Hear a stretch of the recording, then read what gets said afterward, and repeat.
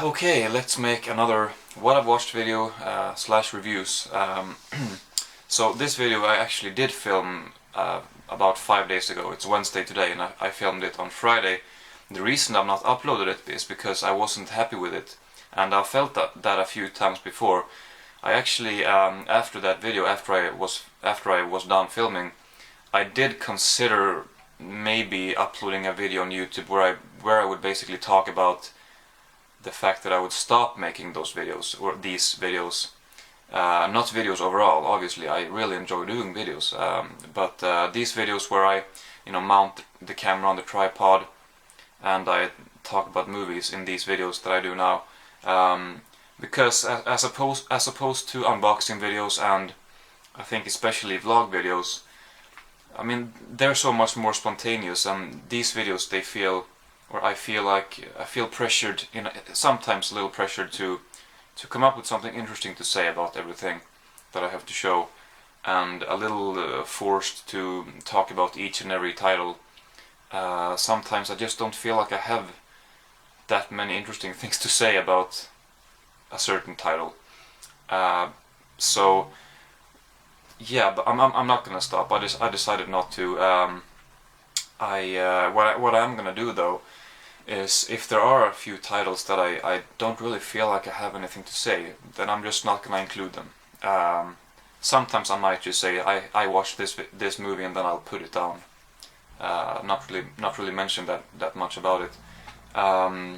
Sometimes I might talk about the movie in a movie night video and only include it there, not here, because it is easier to talk about a movie after you've just watched it. You have your thoughts, in your head. They haven't left your head yet, and you don't have to sort of pull them back now when I make this video, which sometimes I feel like I have to do, if you know what I mean by that. Anyway, I'm not gonna stop. I'm just gonna maybe make them a little bit more rarely. I don't know. We'll see. Anyway, I do have a lot of stuff to talk about. So let's just begin. First up here is a movie that I will now consider one of my favorite movies, and it is The Pianist, Roman Polanski movie from 2002, 3, something like that.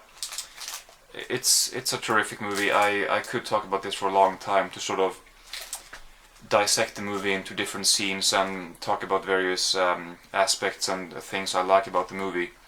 But I feel like that's not necessary. I'm just gonna praise the movie as a whole, because it is just great.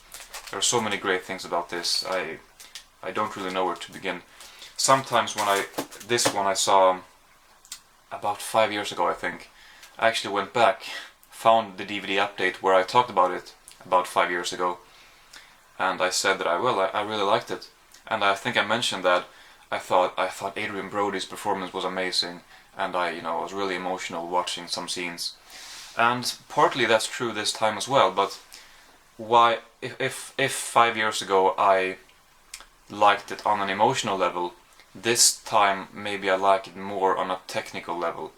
Both of course, but I think it has changed a little bit. I can appreciate certain things more now that I couldn't before, and maybe the opposite too, but that doesn't really matter because I like the movie so much despite that.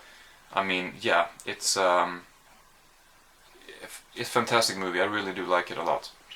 I only have 2 Blu-rays in this update actually, so let's just take the other Blu-ray right away.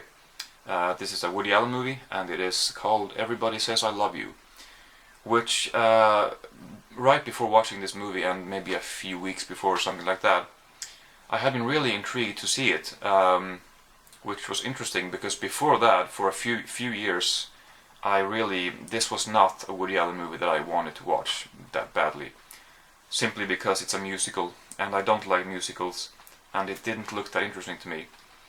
But now, with having recently watched a few more Woody Allen movies, gotten my appetite back for Woody Allen movies. Well, it was never lost, but I just, got in the mood for watching a lot of Woody Allen movies, and realizing the fantastic cast that this movie has. Anyway, yeah, I just really felt like watching it, and I gotta say I was impressed. There are a few things that you could be kind of picky about and easily, well, I guess if they're easy to criticize, you're not being picky. Well, never mind, but there are a few things that you could definitely criticize about it for not being perfect, you know. But I want to concentrate on the good things about this because there are some really great dialogue, a lot of long takes where lots of things are going on at the same time. Just a lot of fun. Really a good movie. I really did like it. Let's save that one. Becker, Season 1. I actually ordered Season 2 already, which was not cheap. This one was cheap as hell.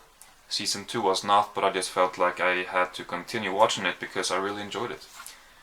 It's not great. It only has a few things to rely on, if you know what I mean. I mean, it doesn't have a whole lot to offer. It has basically 3 different settings.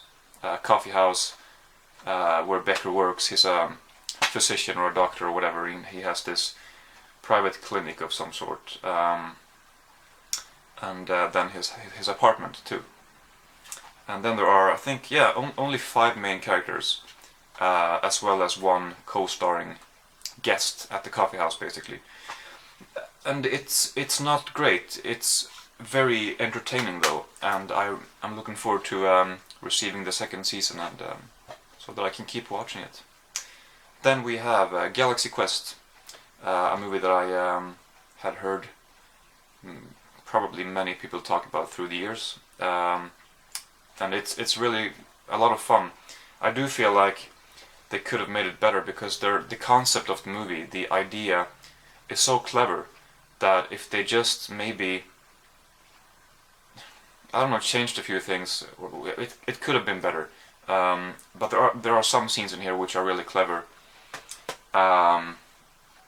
almost kind of meta references, and some really fun stuff. And some scenes are, yeah, just a lot of fun. I don't know how to vary my words here, but anyway, I did like it for sure. Then we have Changing Lanes with Samuel L. Jackson and Ben Affleck. Kind of forgot what I think there was something that I planned to say actually about this, but now I can't remember. But I thought that I would like it more. This was recommended to me by a friend in school, and it sounded good. The premise sounded really interesting, and I don't know, I actually started watching it, then I felt like I don't really feel like watching this on a Saturday, so I turned it off and came back to it a few days later. And maybe that's part of the reason why I didn't enjoy it that much, but I don't think that's really the main thing, the main issue. It was a little bit contrived, or a little convoluted, a little, I don't know, I just didn't like it that much, I'm afraid. Then we have another Coen movie, Coen Brothers movie, and it is The Man Who Wasn't There.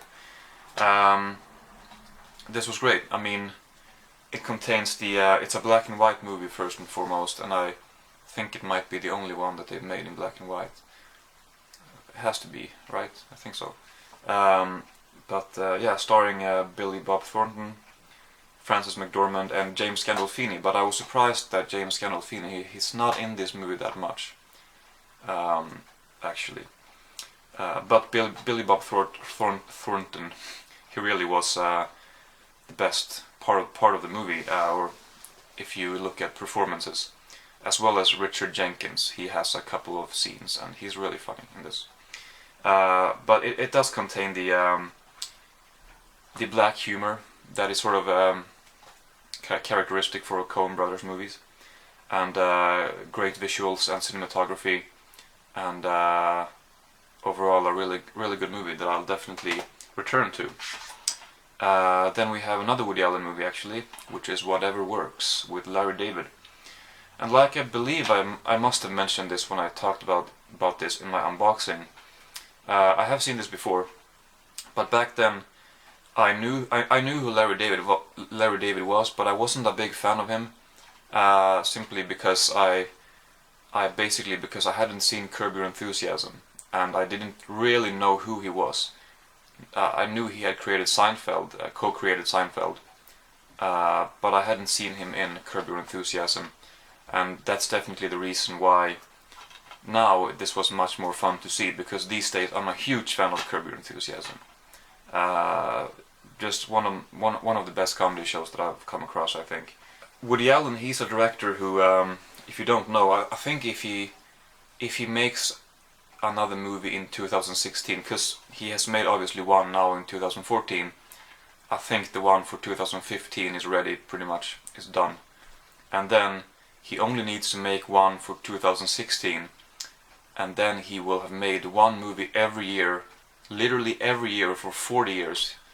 He will not have missed a single year for 4 decades. That's insane. And he's talked about that. He's sort of a compulsive filmmaker.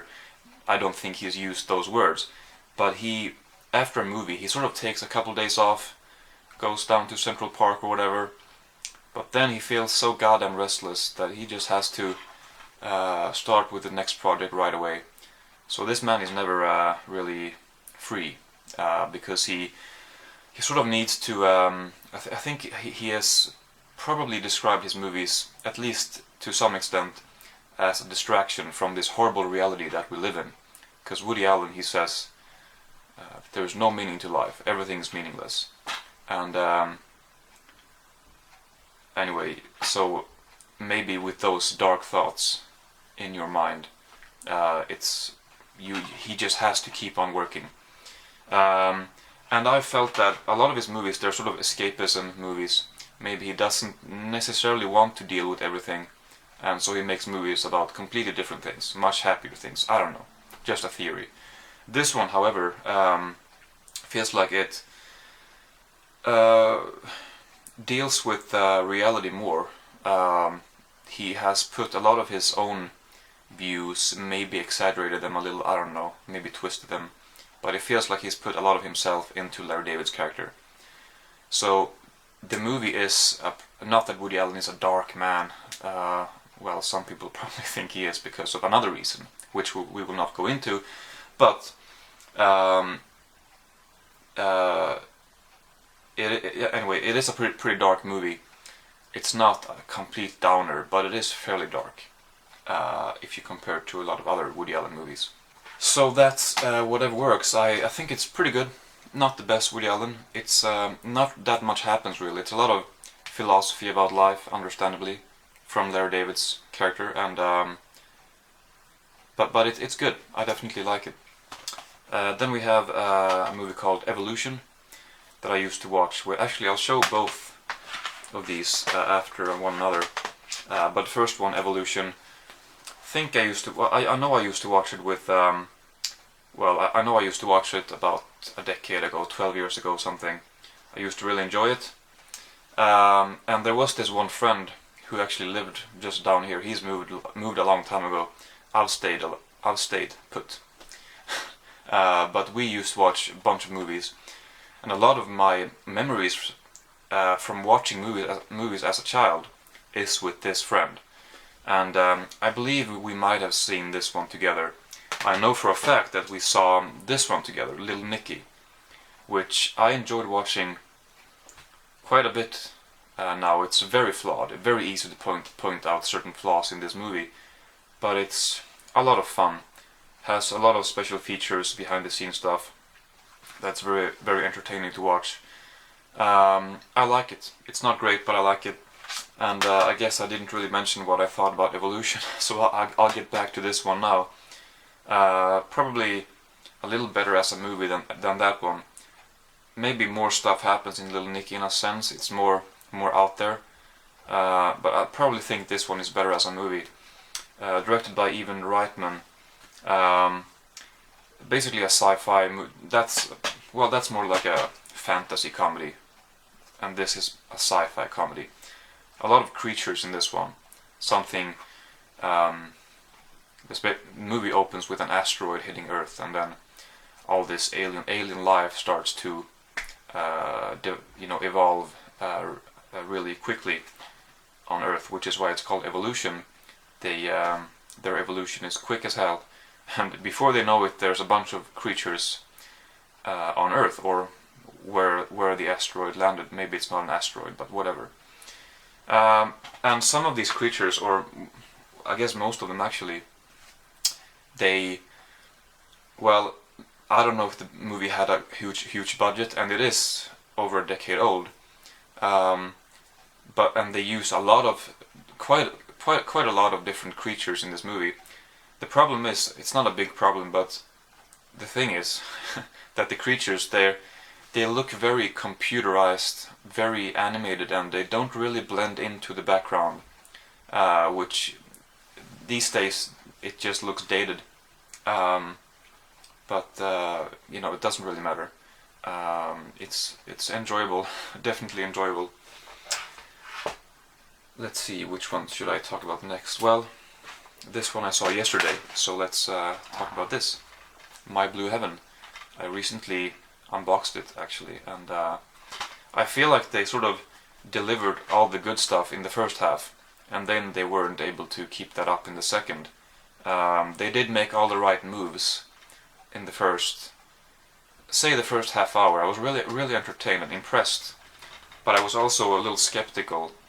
I was thinking, well, I haven't heard terrific things about this movie, and so will this really keep up throughout the whole movie? And I guess I was right to think that, because at least I didn't think that it did hold up. It ended up being a good movie. I definitely would recommend that one to fans of Steve Martin and or Rick Moranis. And also Joan Cusack is in it, which I did not know. And Daniel Stern is in this a little bit.